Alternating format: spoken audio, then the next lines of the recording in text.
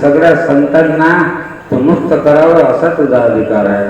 संतांची काशी म्हटलं जनाबाईला. त्या जनाबाई म्हणतात एक एक एक एक एक एक एक एक विठाबाई, एक एक एक एक एक एक विठाबाई,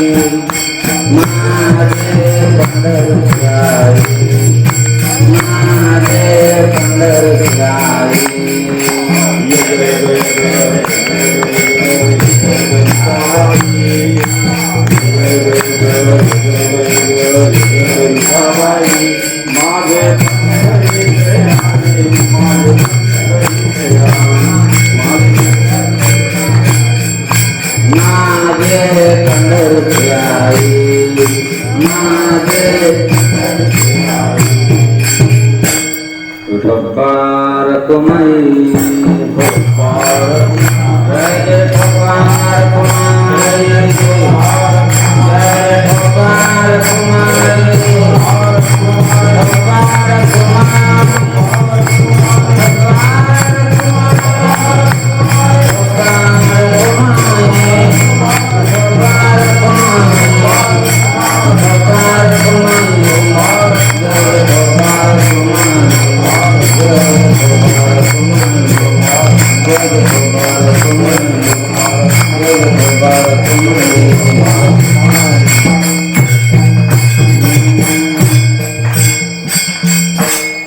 जनाबाई म्हणतात एक एक विठाबाई, माझे पंढरीची आई, भीमा आणि चंद्रभागा तुझ्या चरणाची गंगा. अभंगाचं चिंतन जर एकूण एक शब्दाचं करतो ना तर सकाळी काकडा करायला लागते दादा. पण आपल्या वेळेतच संपवूया. 10-20 झाले ना, 10:30 पर्यंत सांगू शकू आपण. जास्त वेळ नाही करतात ना. एक एक विठाबाई, माझे पंढरीचे आहे. जनाबाई इथे विठाबाईला बोलवत आहे. भक्त देवाला बोलवतात, पण भक्त देवाला बोलवतात, पण त्याच्या पाठीमागचं प्रयोजन काय हवं? भक्त दोनच कारणाने देवाला बोलू शकतात. एक तर संकट पडलं तर बोलवतो भक्त देवाला. तसं तर बहुतेक भक्त संकटातही देवाला बोलवतच नाही. पण ज्या वेळेला ते संकट असह्य होऊन जातं, त्या संकटाचा परिहार करण्याकरता ते असमर्थ जेव्हा ठरतात, त्यावेळेला मग भक्त देवाला हाक मारतात, येऊ येऊ देव दावनिया, येऊ येऊ देव दावनिया, येऊ दावनिया, येऊ येऊ दावनिया. विलंब गावाला वेळा पडे,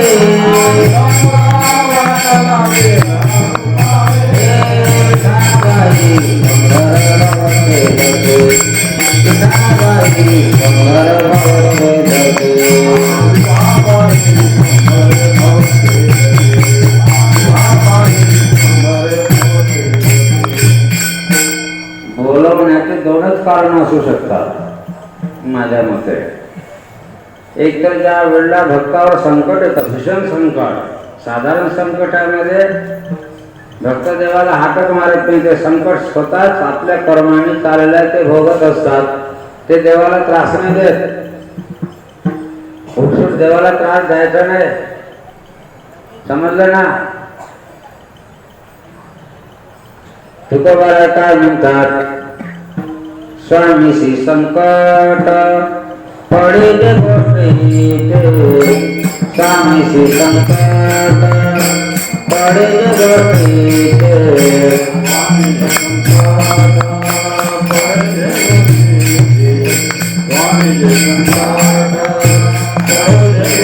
आपल्या स्वामीला संकटात पाळायचं नाही. उठसूट देवाला संकट, थोडंसं संकट आलं की देवाला हात मारायचे असं तरी भक्ताच्या जीवनात दिसत नाही सहसा. कधी कधी मुलगा जर सारखा आई आई म्हणत असत तर आई शेवटी कंटाळून जाते. काय झालं तुला आता खेळण्याचा, कोणती तकलीफ होणार आहे तुला, असं म्हणते की नाही. त्याप्रमाणे भक्त सुद्धा साधारण संकटामध्ये देवाला हाक मारतच नाही. स्वामीशी संकट पडायचे गोष्टीचे. मग जर माझ्यामुळे जर माझा स्वामी माझा प्रभू जर संकटात पडत असेल तर मग काय माझ्या भक्तीला अर्थ काय राहणार. म्हणून तुकोबा काय म्हणतात, दुःख विनाची तर तुझे नारायणा, दुःख विनाची तर तुझे नारायणा, तुझे नारायणा, कायक मागे ना तुझ पासी, कायक मागे ना तुझ पासी, दुःख विनाची तुझे नारायणा, दुःख विनाची तुझे नारायणा.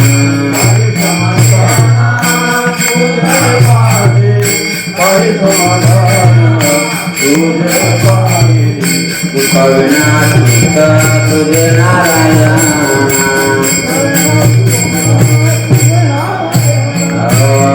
दुःख विना जेव्हा तुला दुःख होईल, त्रास होईल असं मी कधीच नाही म्हणणार ना. मी तुला नाही त्रास देणार ना.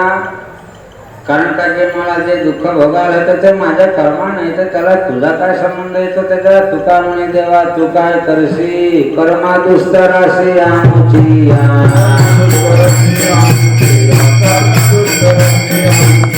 तुका म्हणे देवा तू काय करशी, तुका म्हणे देवा तू काय करशी,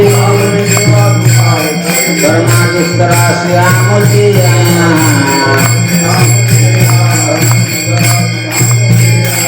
आपण जे दुःख भोगतो ते आपल्या कर्माचं फल असतं. सहसा देव भक्त देवाला त्रास नाही देत ना. भीषण संकट आलं तरच पडता जड भारी,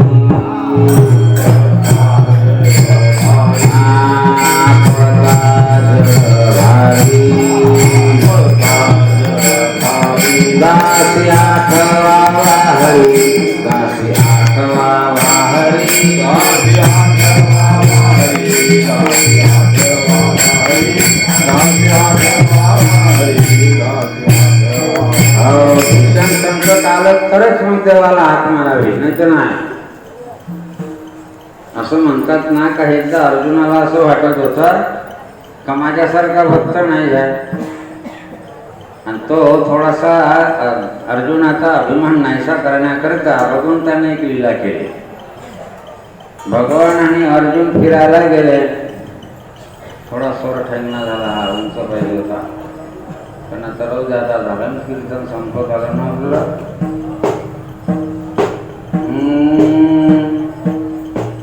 पेटी पाहिजे असते पण आपले वारकरी पेटी ठेवत नाही ना. बरं असं भगवान अर्जुन फिरायला गेलेले आहेत आणि भगवान म्हणायला लागले, अर्जुना तहान लागलेले, इथे कुठं पाणी असेल तर पाहतो प्रभू, तुम्ही बसा म्हणे झाडाखाली. अर्जुन त्या ठिकाणी पाणी शोधायला निघाला आणि पाणी शोधत असताना त्याला एक पर्णकुटी दिसली आणि तिथे एक मनुष्य दिसला. त्याच्याजवळ दिसल्या 2 तलवारा. तेव्हा यांनी विचारलं म्हणे, ह्या तलवारा कशा का ठेवल्या तुम्ही? तलवार वागवण्याच्या लायकीचे तुम्ही दिसून नाही राहिलं. म्हणजे तलवार वागवायला लायकी बाजार आहे काही बोलतो नाही. पण तलवार म्हणजे हे बहुतेक शूरावीराजवळ असते, क्षत्रियाजवळ असते. मग तुला काय वाटून राहिलं? बरं ठीक आहे, पण या तलवार तुम्ही ठेवून कशासाठी राहिलं? माने एक अर्जुना करताय आणि एक द्रौपदी करताय. मला ते दिसलंच पाहिजे दोघांचे मुलकच उडवतो. दोघांचे मुलके उडवतो. अरे बापा बापा अर्जुन मागं म्हणे बा अर्जुनानं द्रौपदीनं काय केलं तुला माहित आहे? अरे अर्जुन उठसूट म्हणे जेव्हा त्रास देते म्हणे. त्याला रथाचा सारथी केलं. रथाचा सारथी ह्या मालकासारखा रथामध्ये बसतो आणि माझ्या कृष्णाला त्यानं सारथी बनवलं म्हणे. एवढंच नाही तर युद्ध संपल्यानंतर ह्या मस्त झोपते आणि माझा कृष्ण त्या अर्जुनाच्या रथाचे घोडे धुते.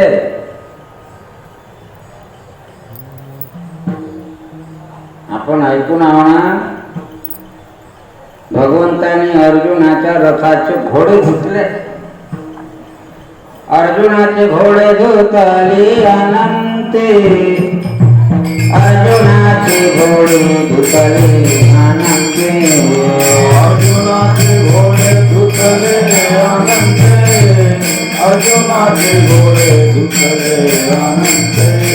संकटे बहुते निवारी, संकटे बहुते निवारी. अर्जुनाचे घोडे धुतले अनंते, अर्जुनाचे घोडे धुतले अनंते, अर्जुनाचे घोडे धुतले अनंते, अर्जुनाचे घोडे धुतले अनंते. अर्जुनाचे घोडे धुतले अनंते, अर्जुनाचे घोडे धुतले अनंते, अर्जुनाचे घोडे धुतले अनंते, अर्जुनाचे घोडे धुतले अनंते. अर्जुनाच्या रथाचे घोडे भगवान धुत होते ना, घोड्याचा थरार करत होते. माझ्या कृष्णाला तो अर्जुन हे असे खालचे काम सांगतो, वारंवार त्याला त्रास देतो आणि म्हणून म्हणे अर्जुनाचं मुंडकं उडवता म्हणे मला, फक्त तो दिसून नाही राहिला नुसार. बरं म्हणे द्रौपदीने कोणता गुन्हा केला? अरे द्रौपदी त्याच्यापेक्षा बेकार वाटते मला. म्हणजे द्रौपदीने माझा प्रभू जेवण करत असताना त्याला हाक मारले. गोविंद द्वारकावासी कृष्ण गोपी जन प्रिया, कौरवी परिभूता माम किम न जानासी केशवाम. हे गोविंदाय द्वारकेचा नाथ असलेला प्रभू, हे कौरव माझी छळणा करत आहे ना, तुला दिसत नाही का प्रभू? माझी लाज नाही राखणार का तू? द्रौपदीने हाक मारली. माझा प्रभू जेवायला बसला होता, एक घास नाही घेतला तर इथे हाक ऐकल्याबरोबर त्याला ताट सोडून जावं लागलं. वाढीले ठाईचे भाने ठाकोरिया धावे, वाढीले ठाईचे भाने ठाकोरिया धावे,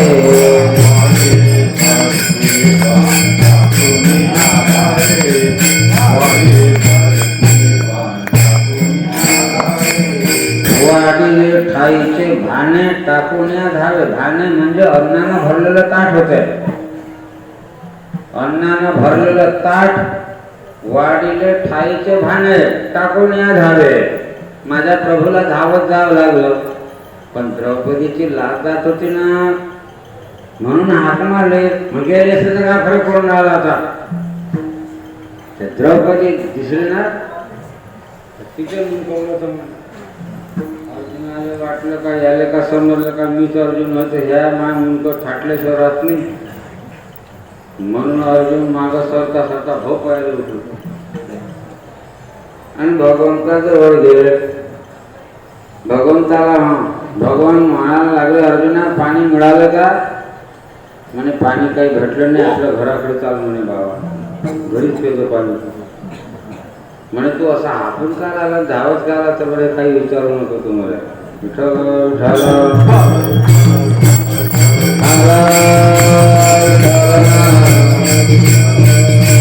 हे सांगण्याच्या पाठीमागे काय म्हणायचं आहे आपल्याला?